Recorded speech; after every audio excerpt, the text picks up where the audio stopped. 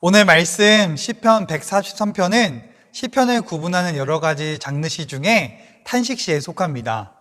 이 탄식시는 개인적인 불평을 여과 없이 토로하는 시로 알려져 있는데요. 대부분 다윗의 시로 알려져 있습니다. 오늘 함께 보시는 시편 143편도 다윗의 시에 속하게 됩니다. 우리가 아는 것처럼 다윗은 하나님 마음에 합한 자다라고 평가될 만큼 하나님과 친밀한 관계에 있었던 사람입니다. 그러나 이것은 다윗이 모든 부분에서 완벽해서 그렇게 된 것이 아니라는 것을 우리가 알 수 있습니다. 그는 우리와 같이 염려와 고난, 그리고 삶의 끝자락까지 경험하면서 좌절할 때도 있었으며 수많은 죄의 유혹에 넘어질 때도 있었습니다. 그러나 다윗이 하나님과 친밀한 교제를 할 수 있었던 것은 고통과 좌절, 그리고 죄에 넘어졌을 때 반응이 달랐기 때문입니다.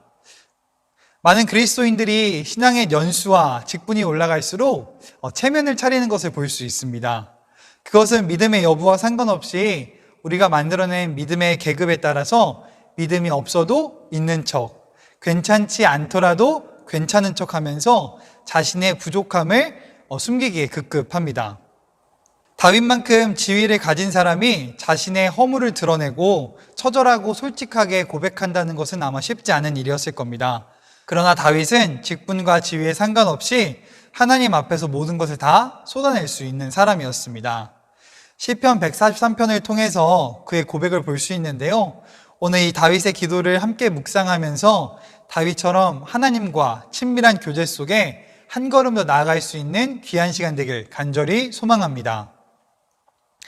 다윗의 기도는 하는 사람이 아니라 들으시는 분께 근거가 있습니다.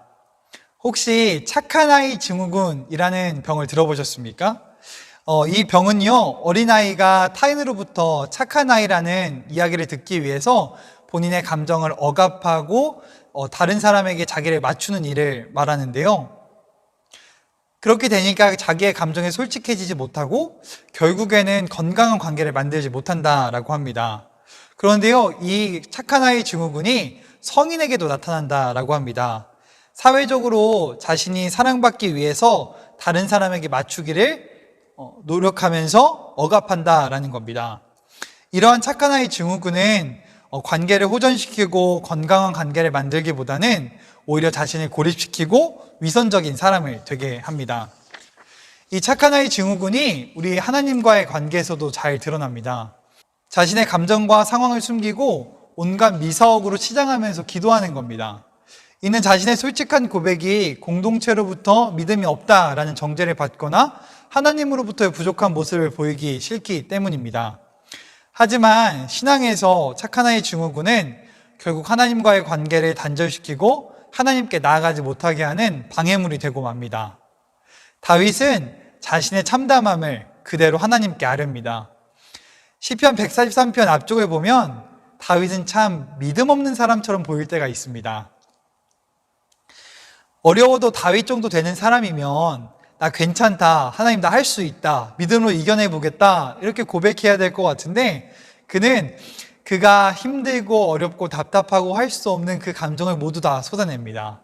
한마디로 주일 예배 때 이렇게 기도하는 것과 같을 것 같습니다. 하나님 나 오늘 주일 예배에는 못 드리겠으니까 빨리 끝내주시고 집에 보내주세요 라고 하는 겁니다. 다윗이 어떻게 이렇게 기도할 수 있었을까요? 다윗은 하나님께서 자신의 기도를 들으실 것이라는 믿음이 있었기 때문입니다. 1절입니다. 여호와여 내 기도를 들으시며 내 간구에 귀를 기울이시고 주의 진실과 의로 내게 응답하소서. 관계는 잘 듣는 것으로부터 시작합니다. 제가 이스라엘에서 봉사활동을 한 적이 있는데요. 이 봉사활동 단체는 전 세계에서 오는 친구들이 있다 보니까 그 영어의 액센트나 표현 방식이 정말 다양했습니다. 안 그래도 영어가 어려운 상황 속에서 여러 나라에서 온 친구들의 영어를 듣고자 하니까 너무 힘이 들었던 기억이 납니다. 그때 제가 그 친구들의 영어를 듣기 위해서 한 것은 잘 듣기였습니다. 제가 먼저 말하기보다 그 친구가 말하는 것을 막기보다 잘 듣기 위해서 귀를 쫑긋 세우고 한참을 들었던 기억이 납니다.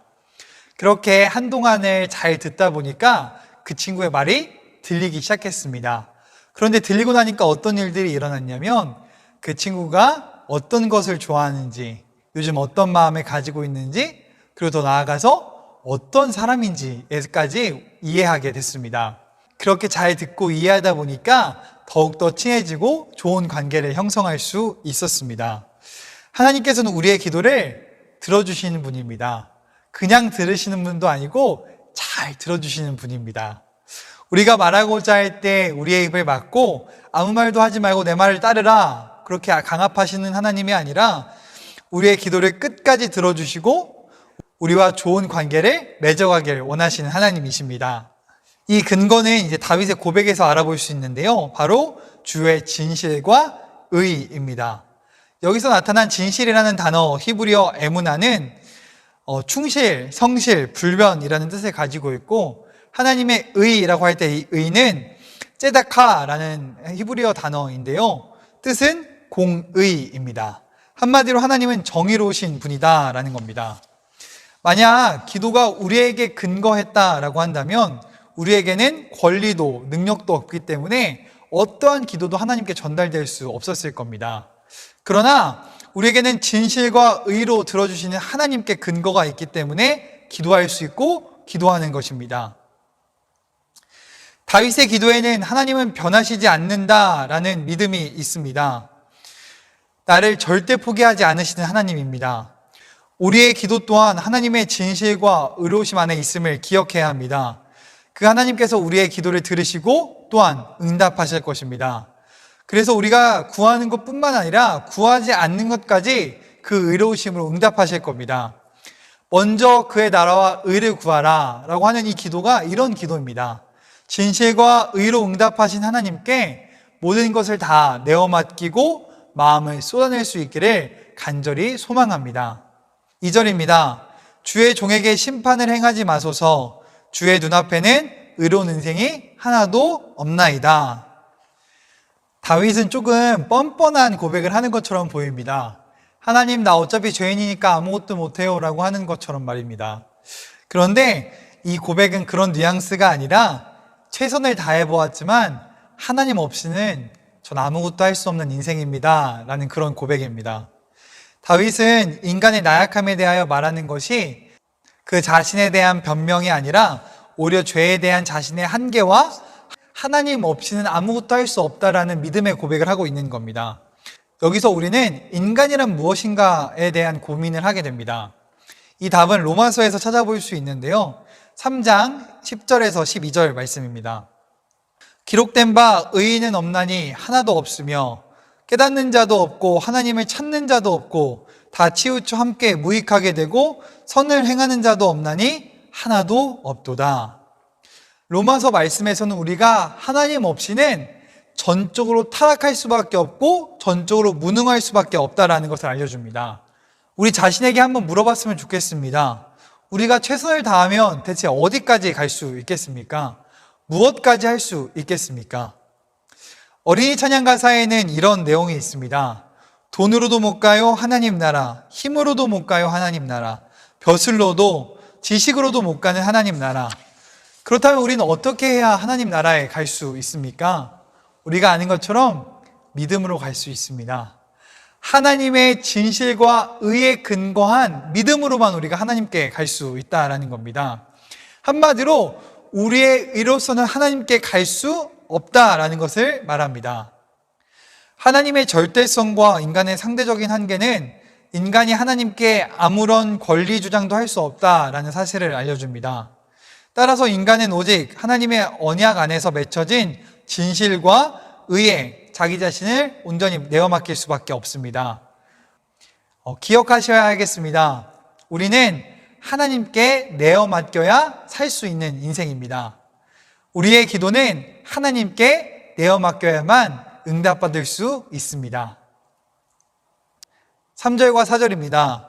원수가 내 영혼을 핍박하며 내 생명을 땅에 엎어서 나로 죽은 지 오랜 자 같이 나를 암흑 속에 두었나이다.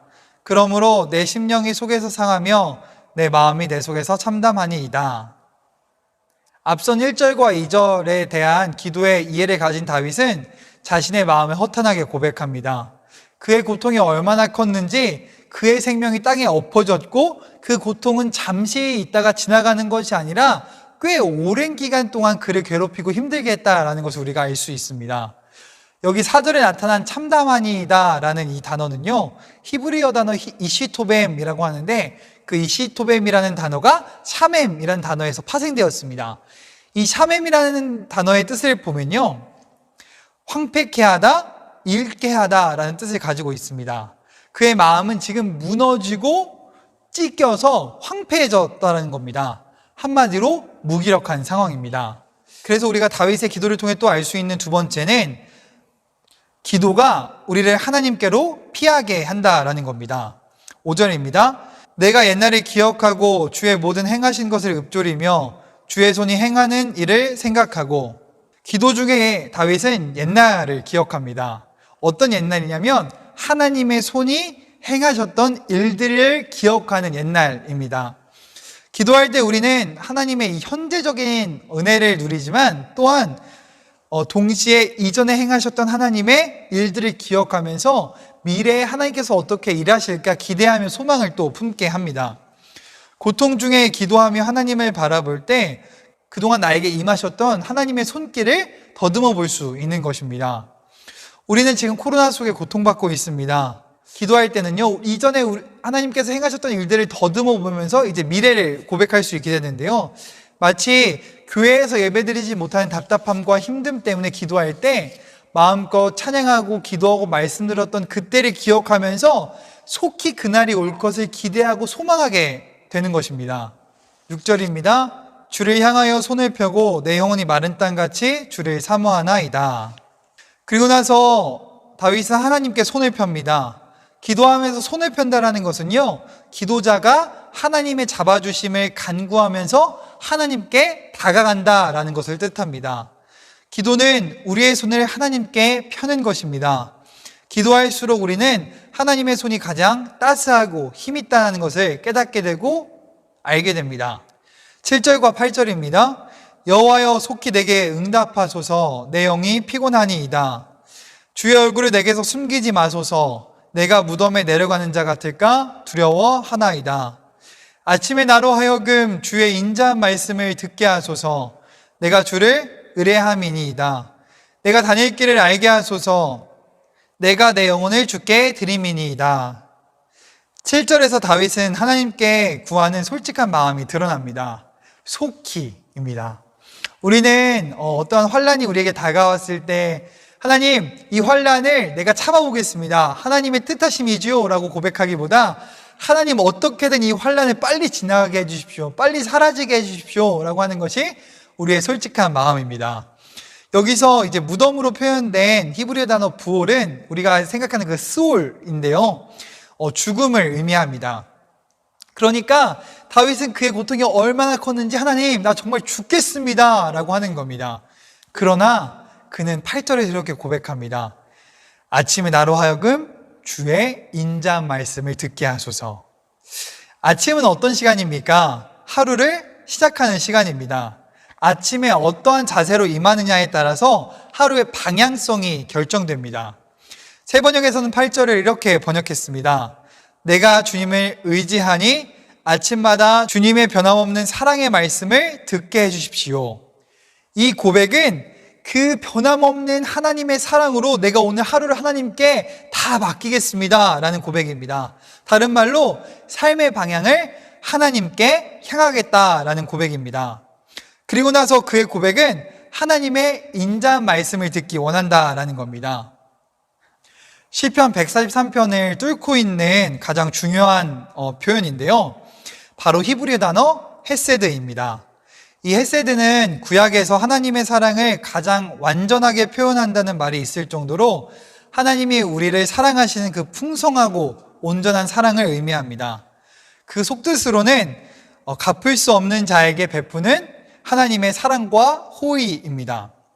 무엇을 바라고 얻기 위한 것보다 그 사랑하는 것 그 자체로 충분한 아주 순수한 사랑입니다. 영어 성경에서는 이 헤세드 사랑을 unfailing love라고 했습니다. 한마디로 실패하지 않는 하나님의 사랑입니다. 다윗은 이 사랑을 아침마다 듣기 원하며 그 사랑 안에 거하기 원하며 이 사랑을 근거로 하나님께 자신이 가야 할 길을 묻고 있습니다. 우리가 이렇게 하나님께 길을 물을 수 있는 이유는 무엇입니까? 하나님의 그 헤세드 사랑이 우리를 가장 좋은 길로 이끄실 것이라는 믿음이 있기 때문입니다. 이 믿음의 고백이 우리의 고백이 되길 간절히 소망합니다. 9절입니다. 여호와여 나를 내 원수들에게서 건지소서. 내가 주께 피하여 숨었나이다. 내가 주께 피하여 숨었나이다 라는 것을 직역하면요, 당신에게 내 자신을 숨겼습니다 라고 할 수 있습니다. 이는 하나님을 피난처로 삼고 하나님의 보호 아래 자신을 두었다라는 겁니다. 기도는 헤세드의 사랑으로 우리를 안아주시는 하나님 품에 안기는 것입니다. 세상의 풍파와 어려운 순간 속에 있을 때 하나님을 피난처로 삼는 것, 아니 하나님께 나 자신을 숨기는 것, 그것이 바로 기도입니다. 세 번째, 다윗의 기도는 우리의 뜻을 하나님의 뜻으로 맞춰가게 합니다. 10절에서 12절입니다. 주는 나의 하나님이시니 나를 가르쳐 주의 뜻을 행하게 하소서. 주의 영은 선하시니 나를 공평한 땅에 인도하소서. 여호와여 주의 이름을 위하여 나를 살리시고 주의 의로 내 영혼을 환난에서 끌어내소서. 주의 인자하심으로 나의 원수들을 끊으시고 내 영혼을 괴롭게 하는 자를 다 멸하소서. 나는 주의 종이니이다. 죄가 하나님으로부터 멀어지게 하는 것이라면 기도는 하나님의 뜻에 가깝게 하는 것입니다. 기도를 통해서 우리는 하나님의 가르침을 받고 주의 뜻을 행하게 됩니다. 하나님의 종이 된다는 것은 무엇입니까? 그것은 하나님의 처분 아래에 있다라는 것을 뜻합니다.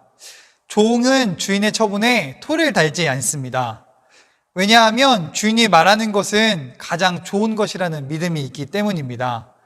이런 믿음은 단순히 상하 복종 관계에서 이루어지는 것이 아니라 꾸준한 소통과 있었던 일들을 모두 종합해 봤을 때 믿을만 하다라는 신뢰가 있기 때문에 가능합니다. 우리도 하나님 앞에서 기도할 때 다윗처럼 하나님의 뜻을 구하며 하나님의 종이 되어 하나님의 말씀에 순종하고 선하신 하나님의 뜻에 한 걸음 더 나아가게 되기를 소망합니다. 어린이부 사역을 하면서 공과 공부를 진행한 적이 있습니다. 이제 공부를 다 마치고 기도할 시간이 되었는데 한 아이가 손을 들더니 자기가 기도하겠다라고 하는 겁니다. 너무 기특한 마음에 그래 기도해 주세요 라고 했는데 그 아이가 이렇게 기도했습니다. 하나님 저 누구누구예요 라고 자기 이름을 넣어서 그렇게 기도한 건데요. 그러니까 이렇게 기도한 겁니다. 하나님 저 기솔이에요. 예수님의 이름으로 기도했습니다. 아멘. 처음에는 좀 당혹스럽기도 하다가 한참을 생각해 보니 이 짧은 기도에 정말 많은 것들이 들어가 있음을 알게 됐습니다. 바로 기도는 하나님 앞에서 내가 어떤 존재인지를 깨닫게 되는 것이라는 것을 알게 됐습니다. 다윗은 이 기도를 통해서 자신이 어떤 존재인지, 어떻게 해야 되는지, 어디로 가야 되는지를 알게 됩니다. 기도는 인자하신 하나님의 품 안에서 내가 누구인지를 알아가는 것입니다. 그리고 하나님 없이는 아무것도 할 수 없는 존재인 것을 우리가 알게 된 다음엔 그분의 진실과 의를 신뢰하게 되고 뜻을 맞춰 나갈 수 있기를 소망하면서 그렇게 살아가게 됩니다. 그러면 우리는 체면과 상관없이 우리의 모든 마음을 하나님께 다 쏟아놓을 수 있게 됩니다. 우리는 나 자신이 누구인지 알아야 됩니다. 그리고 하나님이 어떤 분인지 알아야 합니다. 우리의 기도의 근거에는 하나님이 있습니다. 우리의 기도의 근거는 하나님께로부터 나옵니다. 우리가 모든 것을 쏟아놓고 하나님 앞에 기도하며 나아갈 때 하나님께서는 우리를 헤세드 사랑으로 품어주시고 피난처가 되어주시어 하나님의 뜻에 더 가깝게 할 것입니다. 오늘 이 주신 말씀을 가지고 인자하신 하나님 앞에 어려움과 아픔을 숨김없이 다 쏟아놓는 몬트리올 한인감리교회 성도님들 되시기를 간절히 소망하고 기도합니다. 오늘 이 시간에는 지난주부터 시작한 여름성경학교 영상을 보시면서 귀한 자녀들 축복해 주시고 준비하신 예물 드리는 시간 하도록 하겠습니다.